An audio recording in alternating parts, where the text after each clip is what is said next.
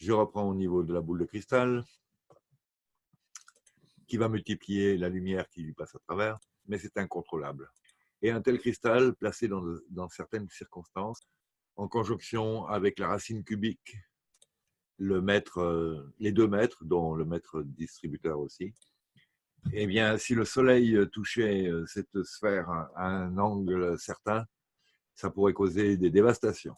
Si on prend cette sphère et qu'on en coupe un bout, qu'on crée une face plane, on pourrait faire passer la lumière à l'intérieur et la magnifier en dessous, si on imagine qu'on a fait la face sur la partie supérieure.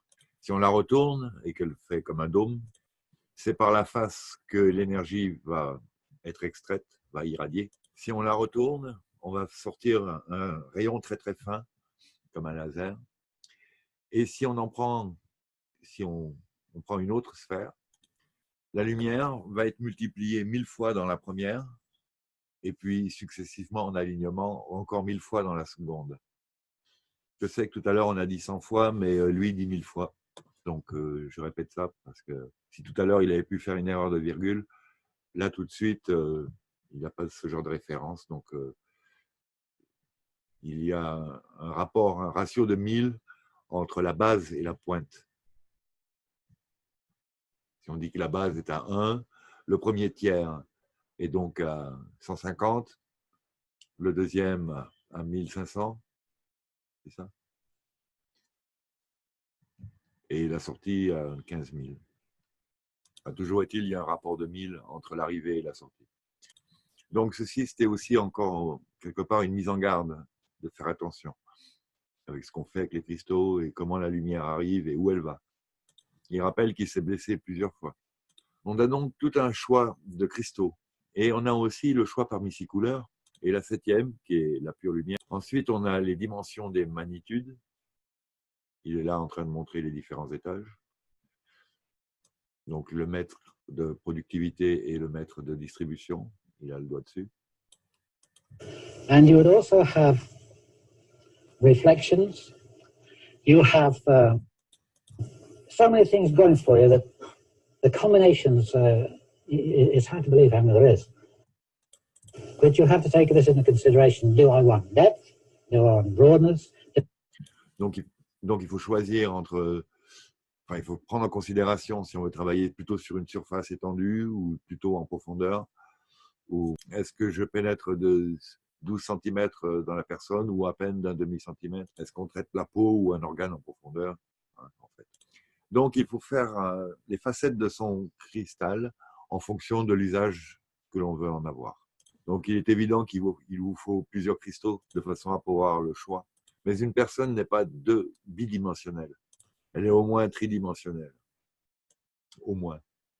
Si la personne est tridimensionnelle, pourquoi voudriez-vous utiliser une énergie bidimensionnelle, plate?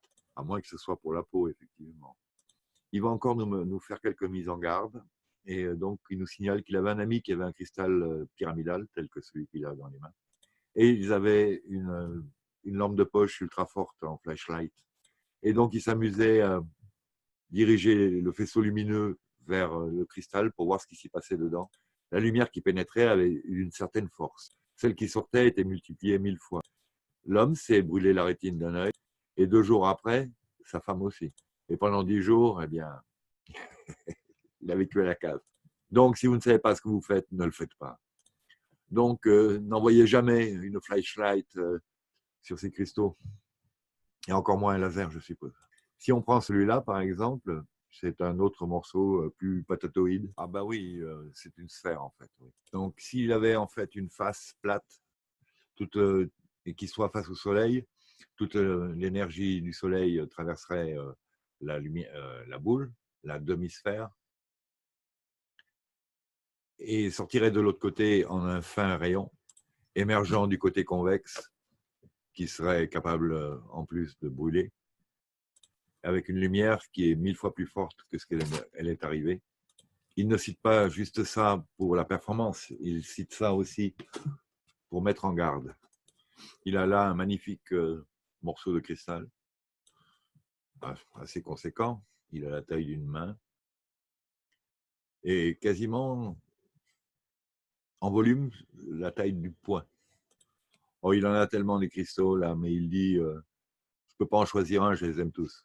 Mais le tout, c'est pas juste de les aimer, c'est aussi de les comprendre.